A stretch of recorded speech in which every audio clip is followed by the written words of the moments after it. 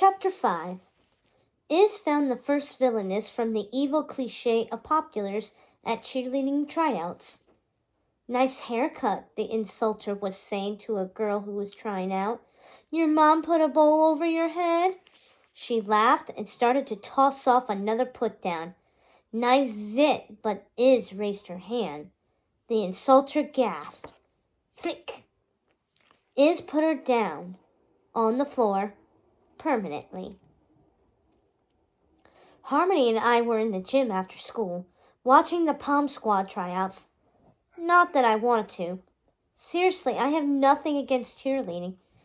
If I was even slightly coordinated, I secretly think I'd make a fun cheerleader. I could cheer on Marco Vega. Marco, he's my man. If he can't do it, no one can.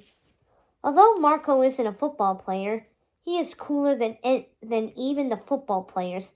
In the hierarchy of Whitaker, freshman guys, it goes Marco's first, then the football players, then the basketball players, and so on down. Anyway, I've heard at some schools cheerleaders are perfectly nice, fun, great girls. But not at Whitaker. I have a theory. At Whitaker, all the cheerleaders use up their smiling and cheeriness at the games. Then, when they go off the field, they have none left. Like my sister Allie. Allie's a junior, co-captain of the squad, and one of the judges of the Poms. So she and all of her snotty friends vote in other snotty girls like themselves. It's a vicious cycle. Sawyer Sullivan was about to try out for one of the freshman spots on JV. Of course, we all knew she was going to make it, but she had to go through the formality of trying out. The Pom tryouts did have a huge element of suspense going for them. See, there were only 2 freshman spots available on JV, so if Sawyer got one of them, and one of her Jennifers got another, then what would happen to the leftover Jennifer? This could be a crisis. I didn't want to be there in case Sawyer spotted me, but Harmony's a reporter for the school newspaper, and her assignment was to write an article on Pom tryouts, so she had talked me into going to tryouts with her. I owed her for, a zillion things she's done for me, so I had to go.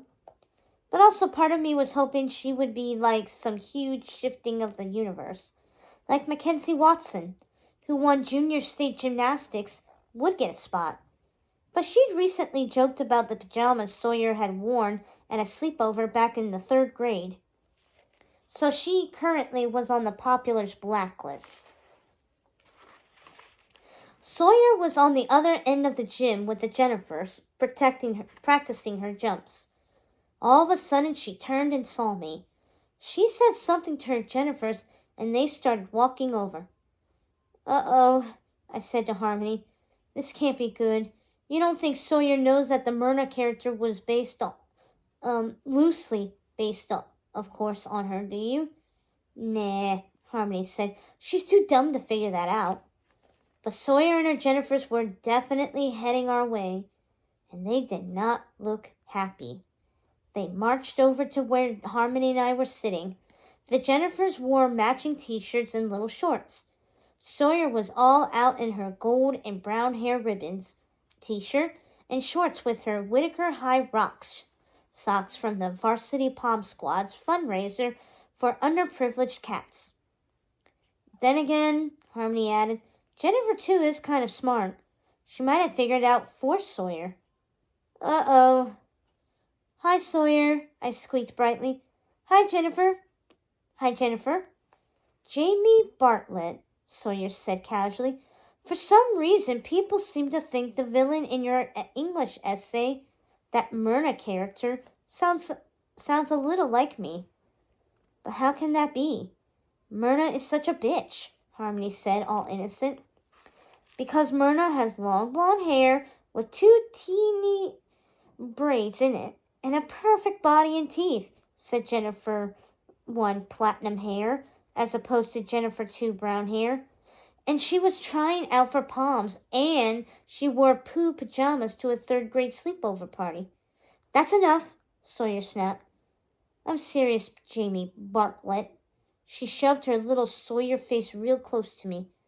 Better not hear another word about this Myrna character again, or you are in deep. All freshman girls on the floor, barked the JV cheerleader co-captain, aka my sister Allie. Phew. For once, I was grateful for Allie's big mouth. Sawyer glared at me, then put on a big fake smile as she and the Jennifers pranced to the gym floor. I am so out of here. Now, I said to Harmony, being the true BFF she was. She came with me to hide out until the late buses arrived. I can't stop thinking about Iz, Harmony said. I didn't know you had it in you. I mean, all my years of indoctrination are working. You're finally getting some backbone. Me? That would be nice, I said. I mean, it's not like I'm Isabella. In my fantasies, in my dreams, I'm Isabella. In real life, I'm living in fear of a psycho palm. Yeah, wouldn't that be nice if the flick really worked? Allie? Flick. Sawyer? Flick. Too bad it was just something I journaled. Ugh. And there was the psycho palm now. Sawyer and Marco were walking out of school together. He was running his hands through her perfect hair. Oops, she didn't like him messing up her hair, and she pushed him away a little bit. They started making out. Quick, our bus is here. Let's go, I said to Harmony, and started walking really fast with my face down. Don't look up, Sawyer, don't look up. Keep kissing, keep kissing. Sawyer lived on the other side of town. She took a different bus. There's no need for her to look this way. Hey, isn't that the Isabella girl? Someone yelled from the bus window. Jamie, Jamie, over here, someone else shouted. Is. All of a sudden, a bunch of fists started coming out of the bus windows. Flick, flick, flick. There was flicking everywhere. You've been spotted, Harmony said and pointed. Uh-oh, Sawyer Sullivan had looked up, and her eyes squinted when she saw me. Run! I yelled to Harmony, and we made a break for our bus. I never even heard of Jamie Bartlett before, I heard someone saying as I jumped on the bus. I lost Harmony and shoved myself into one of the few empty seats. Phew, made it past Sawyer. I sat down next to some kid I didn't know. He pulled out some Xerox papers from his backpack and held them up. Hey, that was a cool story you wrote, he said. I did something cool today too. He reached into his backpack and pulled out a soggy paper towel. I stole the dissected frog from biology today. Want to see? Chapter 6. I was online in our family room. Harmony and I were instant messaging. White bubble. You ran faster than Iz today getting to that bus. Just me, 526. LOL. If I were Iz, I would have just flicked SS away. Flick. See you later. Too bad I'm just me who runs away. White bubble. We need to work on that. Everyone is reading your story. Lindsay says it made her cry. Just me, 526. Oh, shut up. What are you doing tonight? White bubble. Helping Camila. She's having a hard time learning to read. Harmony was a little half sister. Harmony has a little half sister, Camila. She's so cute. If only I could trade her for Allie. Jamie, your English teacher is on the phone. My mom was yelling to me from the kitchen. Please come in the kitchen, now. I signed off and went into the kitchen. Yes, into the kitchen to get the phone. No, I don't have a phone in my room. Neither does Allie. Haha. Which is about the worst thing that ever happened to her in her lifetime. And you aren't going to believe this. We don't even have a cordless phone. My parents are total dinosaurs. We have to stand there attached to a cord in the kitchen to talk to anyone. You can see how this could be tons of fun. Allie's new boyfriend even offered her his cell so she could hide out in her room. Mom said nope. Thank the Lord for internet access. My mom was standing in our kitchen giving me a look. Like, it must be trouble if your English teacher is on the phone. Allie was coming out of the refrigerator with her usual diet soda can. She plopped down and put her platformed heels up on the kitchen table. I seriously don't know how she walked in those things. Ooh, Precious is in trouble, she sang. This should be entertaining. I glared at Allie, but she just flipped me the finger. Mom can't see through Allie's I'm so Katie Holmes cutie pie facade, so the finger thing went right past her.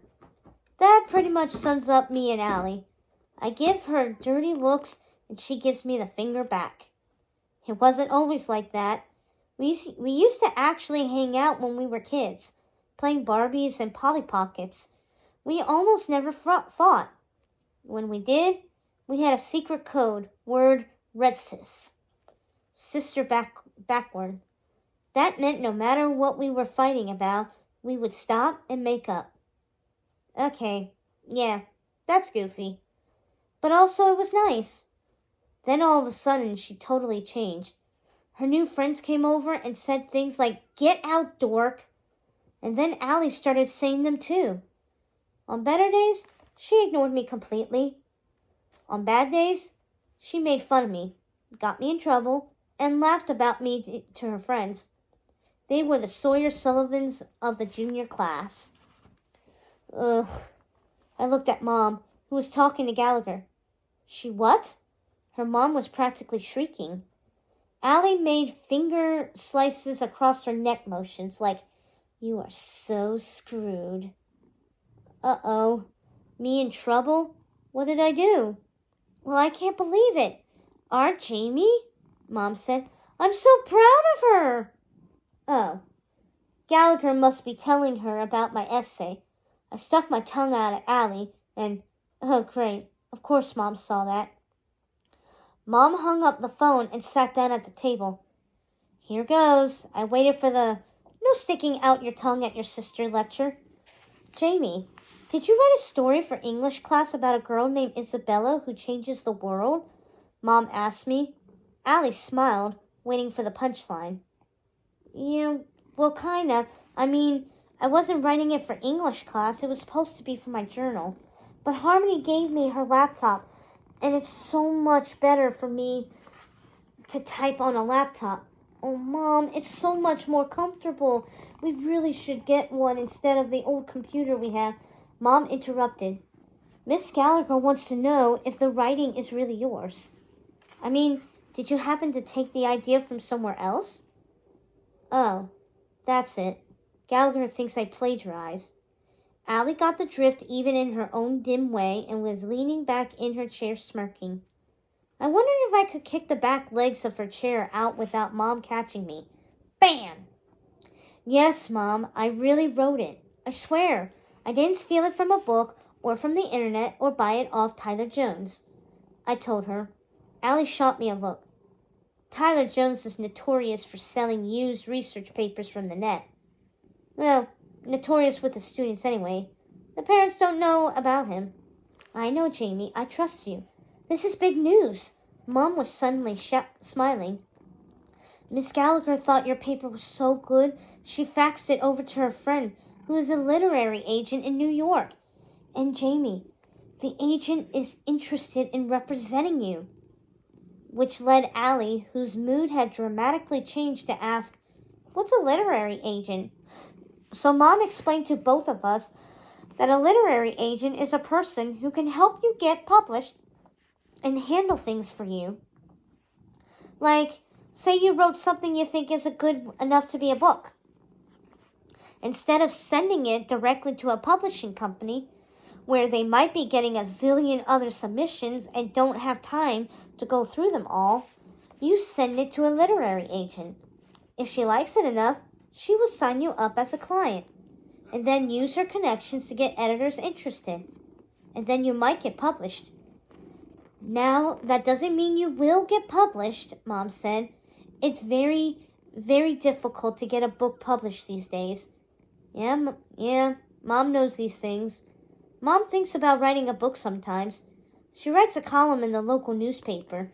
She gives advice about gardening questions, like what to do if a swarm of insects attacked your tomato plants. When her first column was published, we had a cake to celebrate. Yum. Maybe I'd get a cake. But I must say, I'm impressed, Mom said. Allie got up and stomped off to her room. What, no congratulations?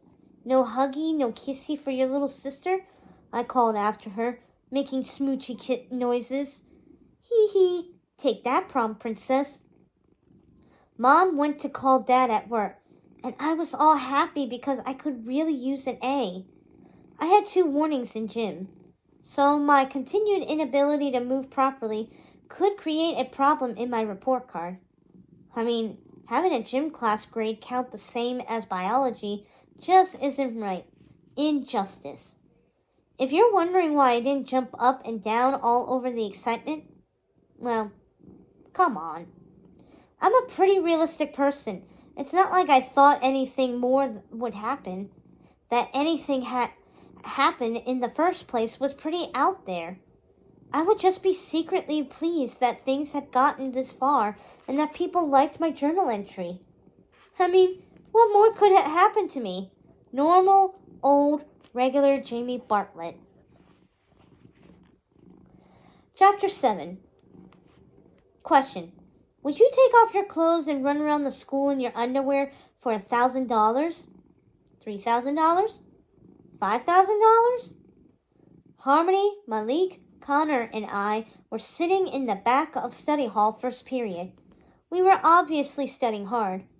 Harmony wasn't even in my study hall, but she had a sub in French, and I had a sub in study hall, so she sneaked in for a visit.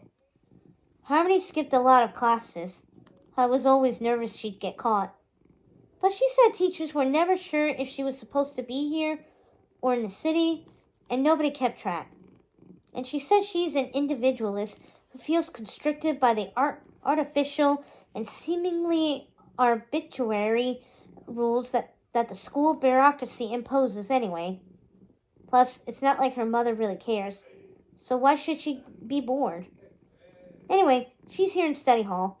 Malik had asked the question. Malik said he would do it for $100, and that he would pay Harmony $5,000 if she would run around the school in her underwear. Harmony flicked him. Connor asked if he did it. Could it be after school? Outside, but not on a day when the cheerleaders were out there practicing? Things had calmed down at school. I mean, I'd gotten flicks from people in the halls over the past week and a half, but it was pretty much back to normal for me. I did talk to my agent Leslie on the phone. She seemed really nice. Leslie talked to me and my parents about stuff that probably wouldn't happen anyway, like signing a contract and being interviewed by newspaper people. Harmony had done a bunch of online research for me about book publishing. She emailed me what she found out. Be patient, she advised. When a literary agent accepts you as a client, it takes time. She has to try to find the right publisher to publish the manuscript. Then, if someone does buy it, there will be negotiations and paperwork. Okay by me.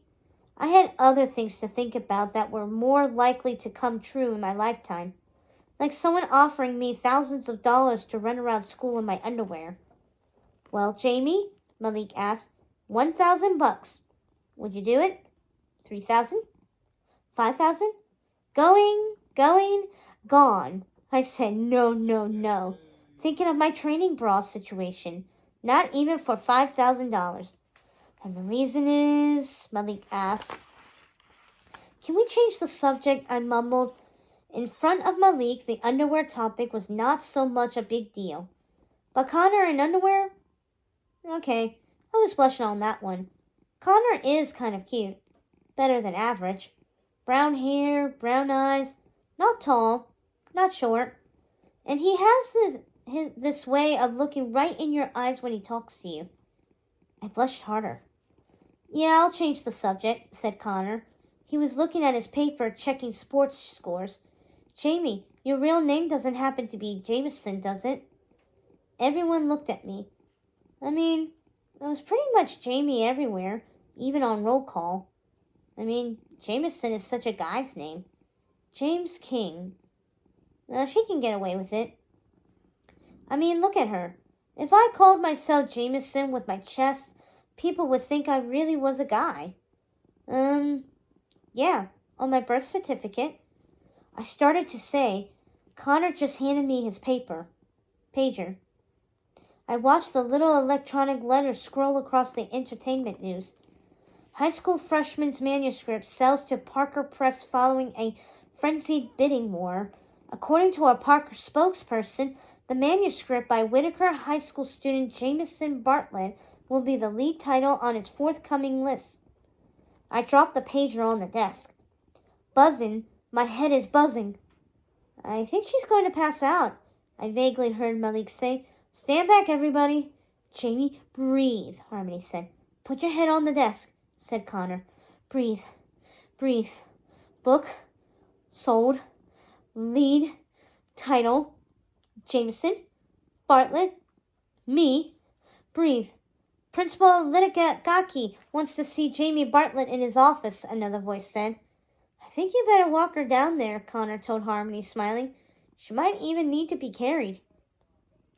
So, yes, well, that was how I found out that I was about to be a published author. I got more details in the principal's office. Principal Litigaki and Miss Gallagher were in the office, jumping up and down. No, seriously, you never would have known it was a principal and an English teacher. They looked like they were trying out for palms. They gave me the scoop. The agent had sent my story to some big publishing companies. They got all excited over it.